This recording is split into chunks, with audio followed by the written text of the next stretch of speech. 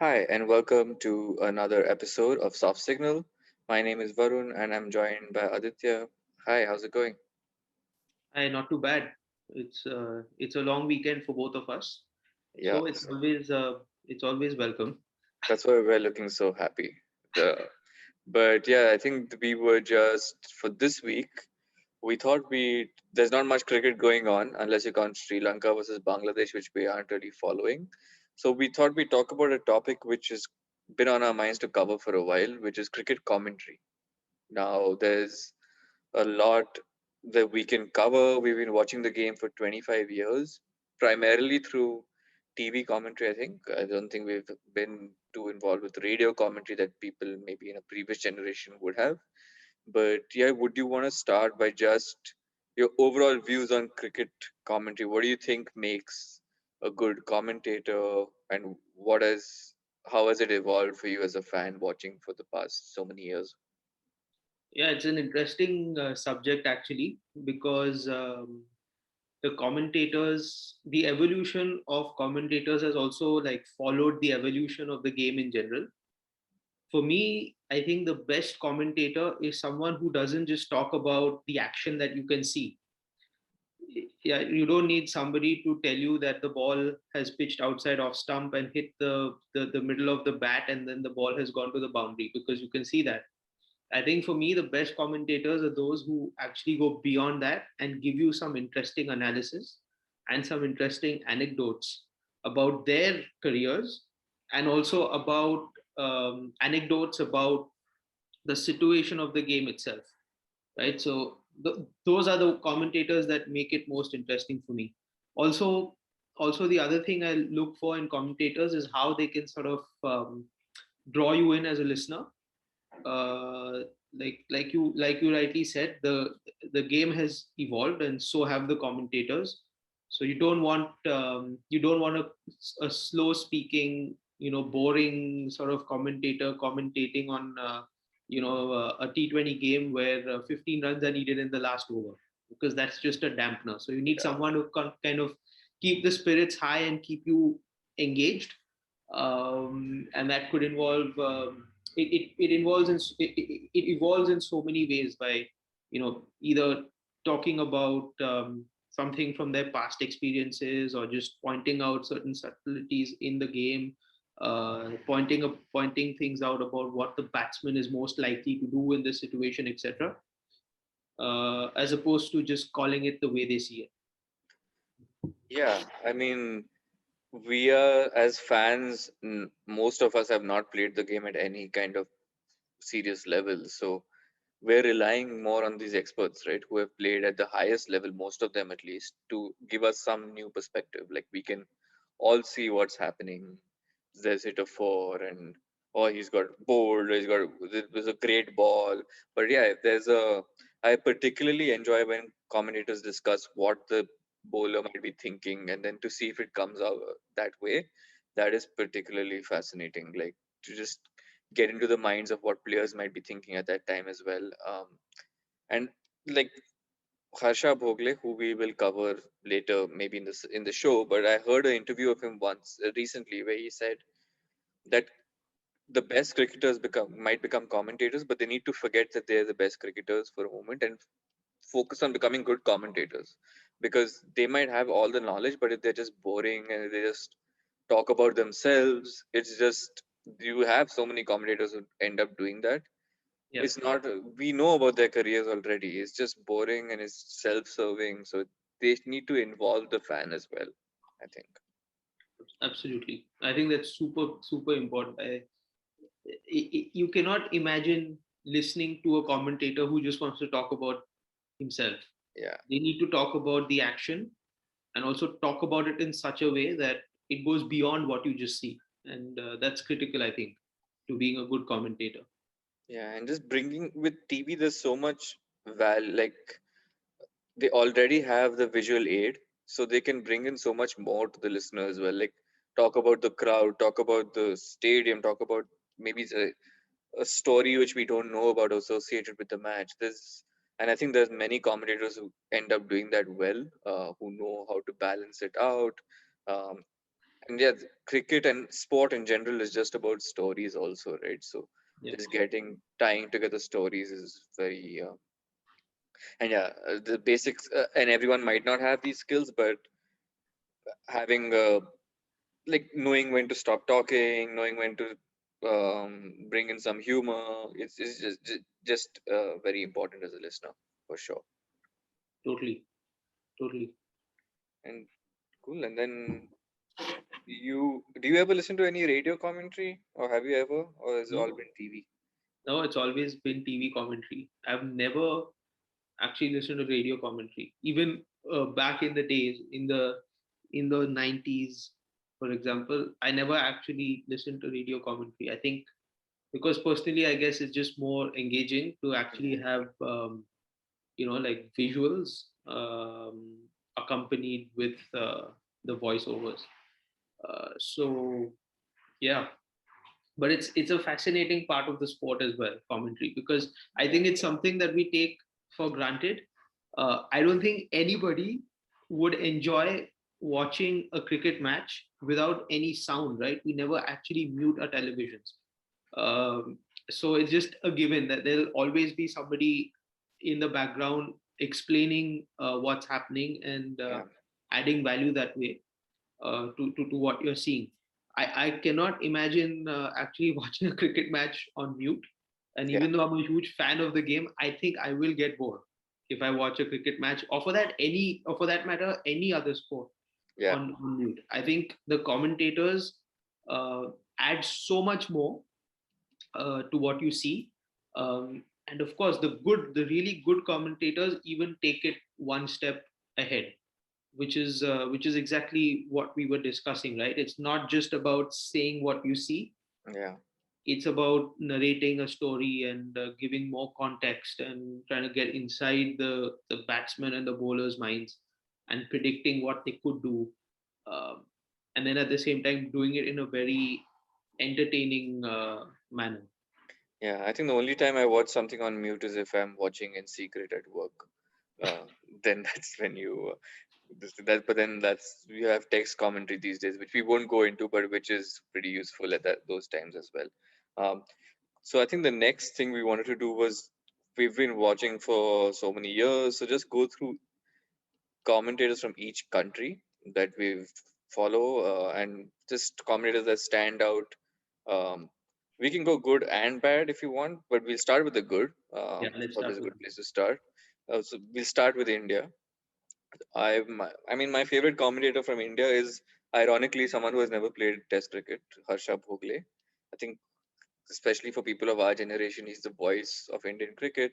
Not just commentated in India, he's been invited to by ACB in Australia. He's been invited to England. He's just been the representative of Indian cricket, and yeah, it's just the way he brings in stories. I think he has the benefit of having not played because he doesn't have that much of an ego. He doesn't talk about himself. He just brings in the story. He's just a natural at presenting and broadcasting as well. And yeah, Harsha Bhogle stands out for me. Unfortunately, there haven't been any, like Ravi Shastri was okay, but he was just over the top. But it was just entertaining to listen to him. But other than that, I don't think there have been any great commentators from India, which is unfortunate with such a big being the biggest cricketing country. Yeah, I totally agree. I think Harsha Bhogle is easily by far India's best commentator at the moment. I think what is fascinating is that he actually doesn't get into the technicalities of batting or bowling, right? He's not going to be the guy to tell you about how straight the bat is, or how far across the stumps the front foot was, etc. To be frank, that is not what the viewers really want to listen to. So what they want to listen to is everything else. It's the stories and the narration, etc. And Harsha Bhogle is really good at that. um, at the same time, he's able to explain situations very well, uh, and also bring out the intricacies of every match situation and say them in a way that the audience can really understand and feel it. Yeah, So I think he's by far India's best commentator. It's amazing that he's never played cricket himself, or never played Test cricket. correct myself there. He's never played Test cricket himself. And what is also interesting is that he's actually evolved from being a presenter Yeah, to the best commentator that there is in India, in my opinion. yeah. Like people these days in India, like I don't like Sanjay Manjrekar as a commentator at all. He's so biased, and he's just like people don't. They're either boring or they just don't know how to talk about the game, which someone like Harsha does so well. Harsha Bhogle. Shouldn't say Harsha as if he's a friend. Um, let's move on to the next country. Do you want to move on to from? I was thinking of Pakistan, but the only commentator I really know from Pakistan is Ramiz Raja, who is Yeah, not really very high standard, extremely yeah, cringeworthy, and very like extremely, yeah, he extremely just cringeworthy. You're right. yeah, like I haven't heard any Urdu commentary. Maybe they have some good Urdu commentators, but in English at least, Yeah, I can only think of Ramiz Raja. I know they've had Wasim Akram and Waqar Yunus who have tried, but they're just and, not. Yeah, sorry. and Amir Sohail as well. Sohail also. Like they're just so bad. Um, Yeah, there's no one. Hopefully they can come up with some better commentators because I mean they deserve it. They've had such a not recently but through the years they've had a decent team, and that's another thing. Like the team deserves a good commentary team as well. Like the players, their performances just seem better if they're enhanced by good commentary. So I hope they can get some good commentators. Let, let's complete the subcontinent. I'm not going to go to Bangladesh again because Bangladesh again is just Athar Ali Khan, who it's is just Athar Ali Khan. again dreadful. Like, It, it's really bad. I mean, yeah, like I don't know. it's really dreadful. Like it's cringeworthy almost. Exactly. Yeah, I don't know how they have found only one guy in Bangladesh to do commentary. Hopefully, maybe one of these guys who are now their team is decent, so maybe once they retire, they'll find someone who's decent. But yeah, he's awful. Yeah. Um, and It's hilarious. we'll round off the subcontinent with Sri Lanka. So like there have been a few commentators who I just find their voices.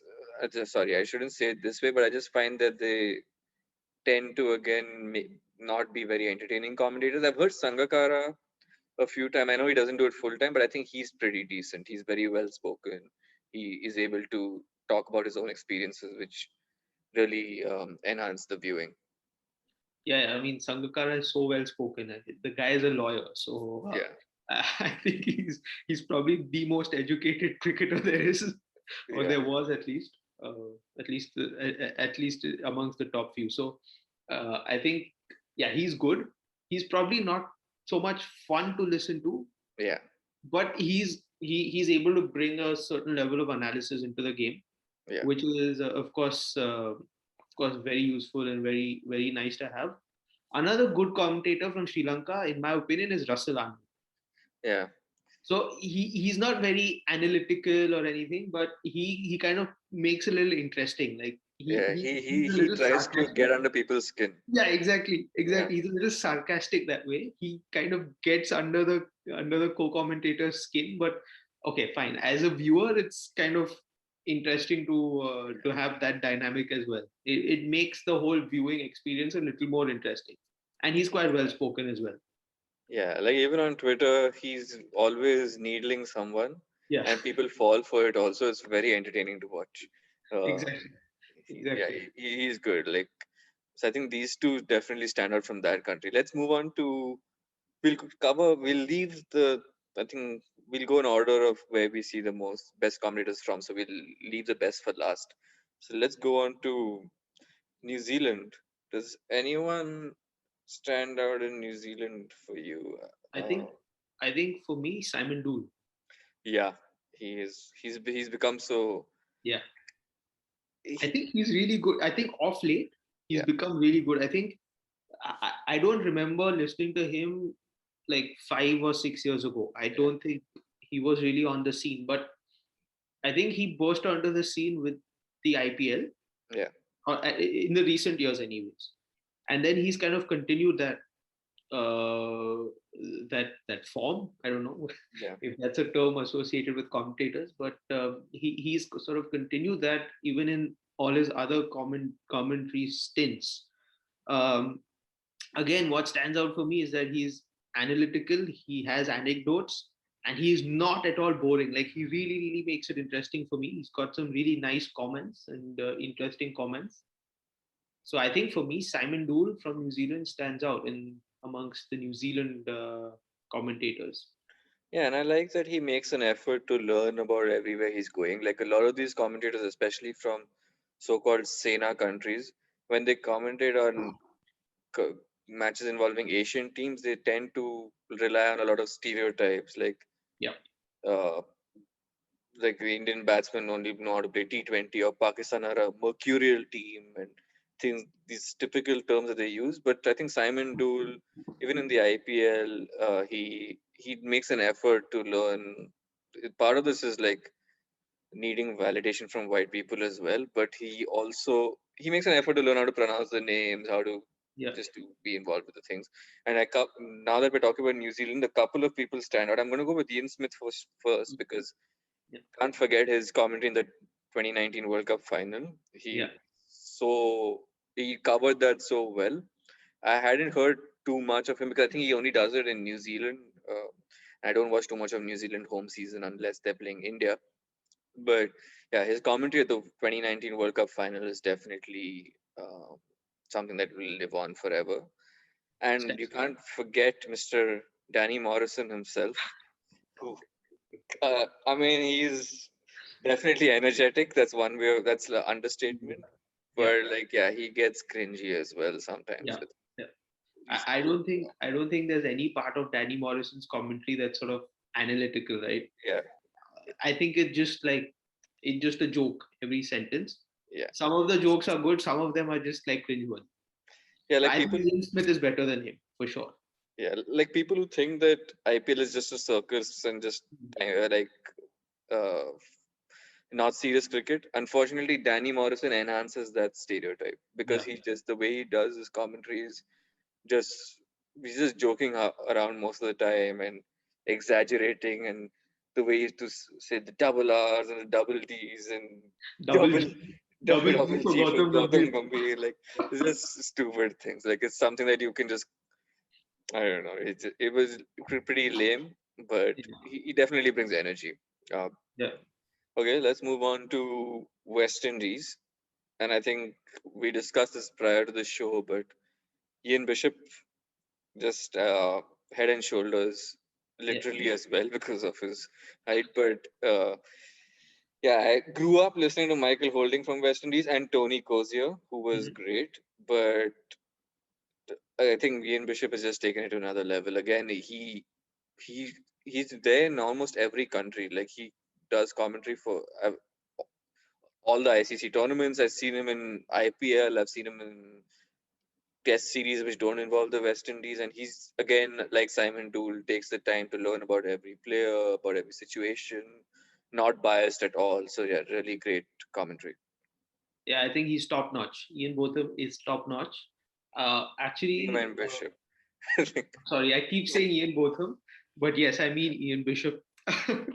But if you recall, there is actually a video on YouTube of him on one of the shows hosted by Harsha Bhogle on CrickBuzz. Actually, Yeah, it was from last year, you know, when the whole lockdown was on and everybody was doing YouTube shows.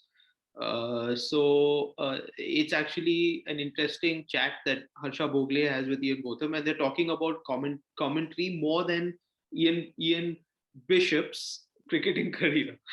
I was about to say Ian Botham, but I corrected myself. And he actually talks about how he actually takes the effort to prepare before each game. He studies the players' stats, their records, their past, their past achievements. He's kind of so knowledgeable. So he's yeah, kind of making an effort to be up to date with the game, and then that is what of course translates into his absolutely amazing commentary. So yeah, he's super good. Michael Holding, of course, extremely good voice, yeah, but I think Again, don't get me wrong, he's an excellent commentator, but some of his views have not moved with the times. Yeah, Like, I don't think it's correct to say that T20 is rubbish and it's not good and all of that. The fact is that T20 is what it is. It brings in revenues. It is entertaining, right? Let's face it, it is entertaining, and it's evolved because it's no longer just about going out there and trying to slog every ball for 4 and 6. It's not like that anymore. yeah, There is like some brain, let's say, you could call it brains involved behind it. So while Test cricket remains the pinnacle, I don't think T20 cricket is rubbish. yeah. And probably Michael Holding has not updated his views in that sense, but that's just my opinion. Um, yeah, but Ian both Ian Botham, there I go. Ian Bishop, I think amazing. Like, I think he's the best commentator out from the West Indies for sure. Yeah. Okay, I think there's a few. Let's go on to South Africa, which is a tricky one because I can't really remember many of the commentators through the years, but and the one who stands out, who does commentary for the, I think it's SABC, South African Broadcasting Corporation, is Pomi Mbangwa. So who's of course Zimbabwean, but I think he's again in the same, not the same category of Simon Dude, and definitely not Ian Bishop, but he's again someone who has a great voice of, first of all, to listen to. Uh, doesn't talk about himself, or brings in other aspects of the game, and yeah, again takes the effort to learn about things outside, like about the teams that are playing, about the players that are playing. So Pami Mbangwa, I think Sean Pollock is not bad as well. He A lot of former cricketers have started commentating, but yeah, Sean Pollock is also pretty good to listen to. Yeah, I agree. I think Pommy is good. I do feel that he can sort of bring more analytics to the game. I think he Yeah, doesn't do enough of that. Sean Pollock, on the other hand, is also super good. I think he does bring a level of analytics. It's interesting to listen to him as well. So yeah, they have got some pretty decent commentators in South Africa, at least from the ones that I can think about now. cool. Yeah, I think the big two countries, at least in terms of cricket commentary now. Let's go with Australia. We'll end with England, which are not the so-called, they are the founders of the game. So we'll go with Australia.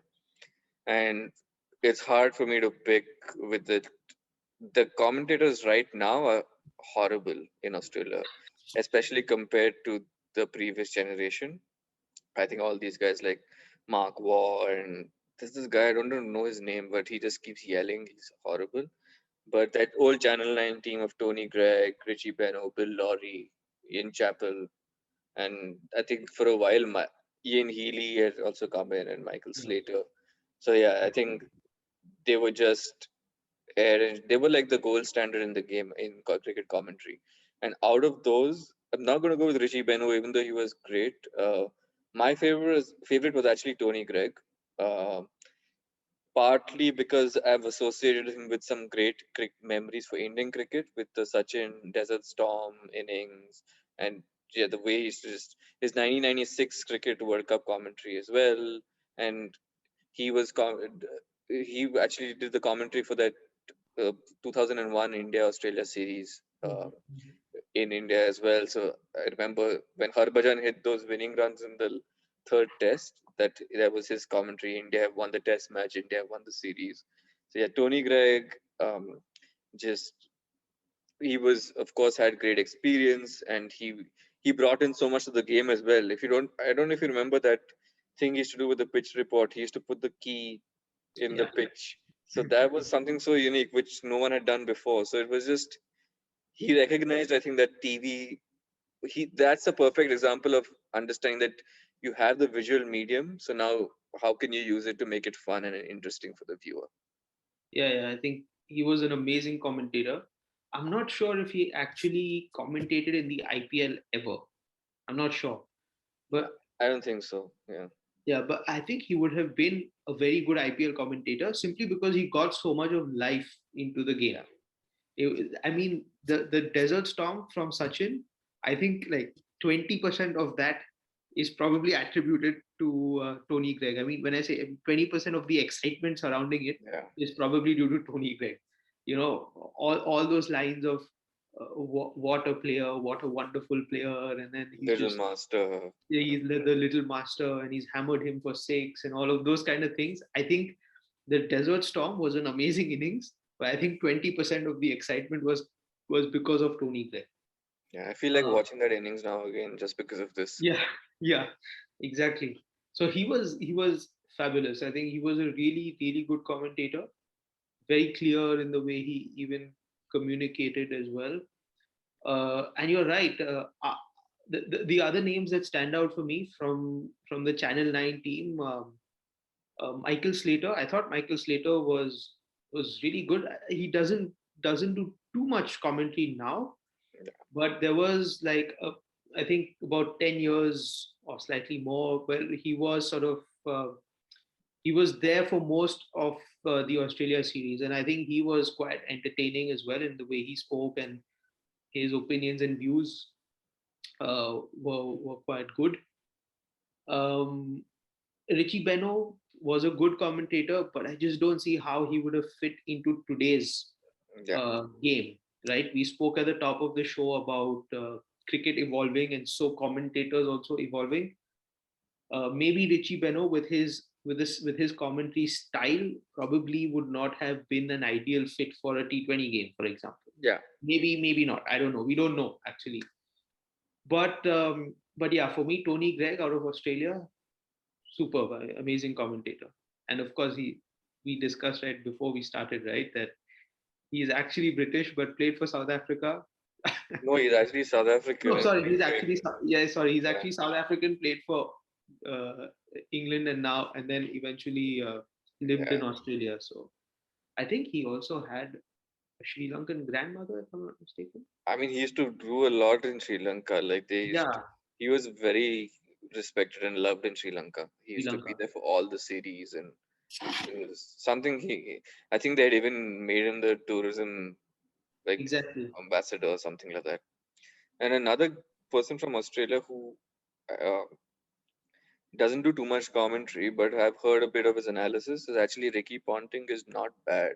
He's actually he's moved now more into coaching and stuff, but he again, of course, knows what. I didn't like him at all when he was playing, but can't deny that he was one of the best batsmen ever. And he, I think, brings a very he talks about the game. It's very easy for someone like him with his achievements to talk about himself, but he actually talks about the game and explains things really well. Um, Yeah. And staying on that, even Shane Warne is quite good. Huh? yeah, I think Shane Warne's also quite an interesting commentator. I mean, the other guys aren't so good. Guys like Mark Waugh, Brett Lee, yeah, Adam Gilchrist, even they aren't so good. But I think Shane Warne and Ricky Ponting are really good. Glenn McGrath also not so yeah. good. I think they were great players, of course, but yeah, it doesn't always translate into good commentators. Yeah, Okay, and then we'll end with England, and again, I think Sky Sports has now clearly overtaken. I don't even think it's Channel 9 in Australia now. It's Fox Sports. So whatever. But Sky Sports is now easily the best team in the world. Um, they have a bunch of like Ian Botham, not Bishop. This is actually Botham that we're talking about, yes, and then David Lloyd, extremely entertaining. They had David Gower. They had Bob Willis, who passed away last year. But yeah, I think and Michael Atherton. But my favorite in England is Nasser Hussain. So again, someone who is extremely unbiased. I know he has his moments when English players do well, especially when Butler is playing. But yeah, very unbiased, very measured, calm. Um, brings about a great level of analysis.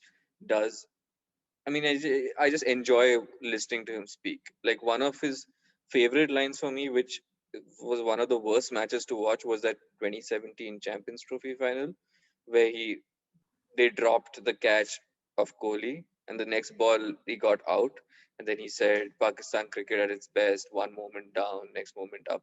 Like it's an iconic line. I'm sorry, I should have thought of better lines to remember Nasir Hussain. But yeah, that's just one line that stands out. Like he's just amazing to listen to, and his shows on Sky Sports as well on YouTube with Rob Key, who was not that great a player, but who's again they bounce off each other perfectly. I think their chemistry is great. Yeah, Just like it's an amazing it's an amazing combination.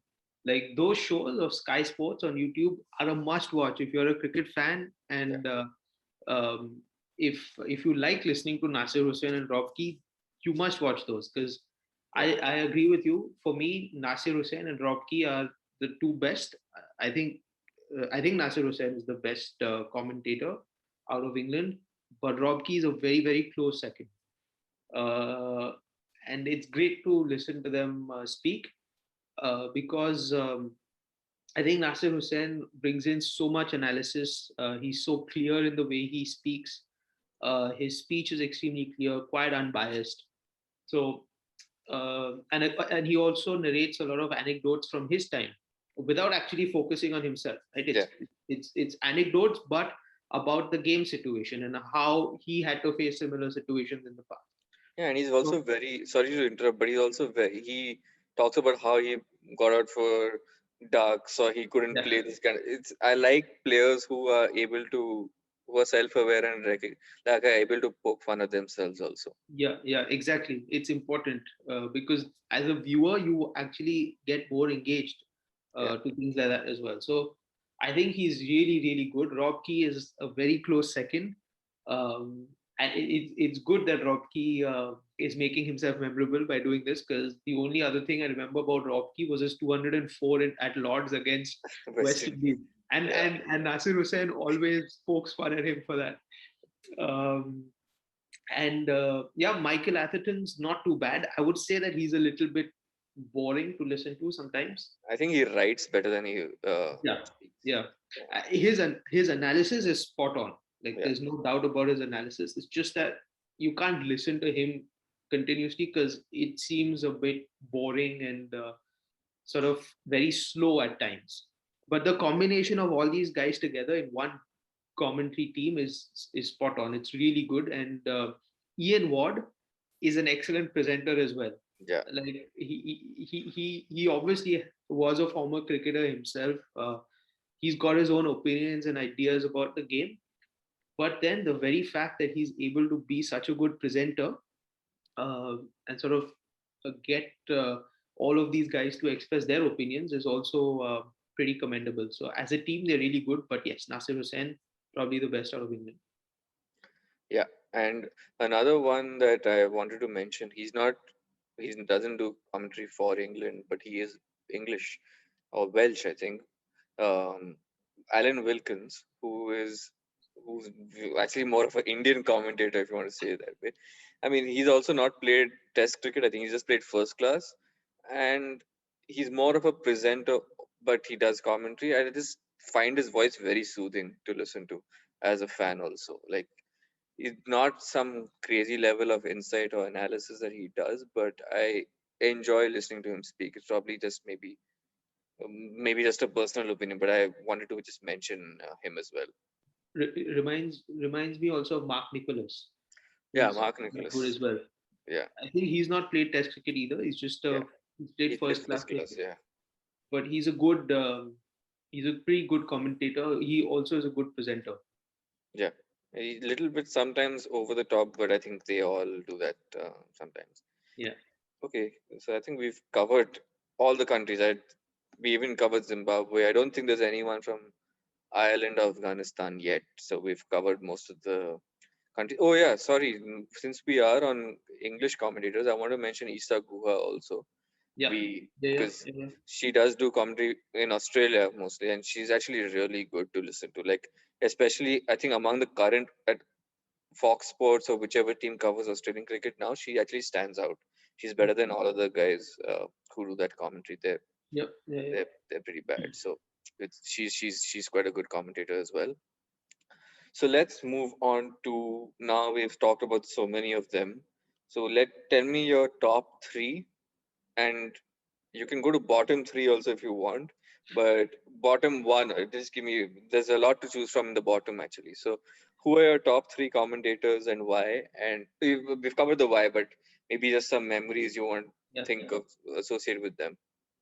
So my favorite commentator, Ian Bishop, like, making it very clear, Ian Bishop. Uh, and who cannot who does not remember the iconic line, "Remember the name," Yeah, right? This is so iconic. It's always going to stick with Ian Bishop for his life. uh, and I would have actually have been interested to hear what he would have said had West Indies won that match in the 2019 World Cup when Carlos Brathwaite against New Zealand almost took them home. He yeah, was on commentary, he was on air at the time, but West Indies and Brathwaite just fell like 2 or 3 runs short.